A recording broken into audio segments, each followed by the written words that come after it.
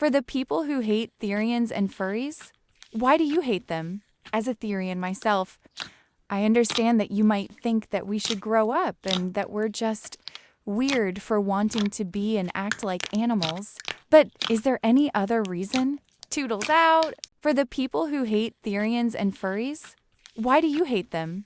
As a Therian myself, I understand that you might think that we should grow up and that we're just weird for wanting to be and act like animals. But is there any other reason? Toodles out!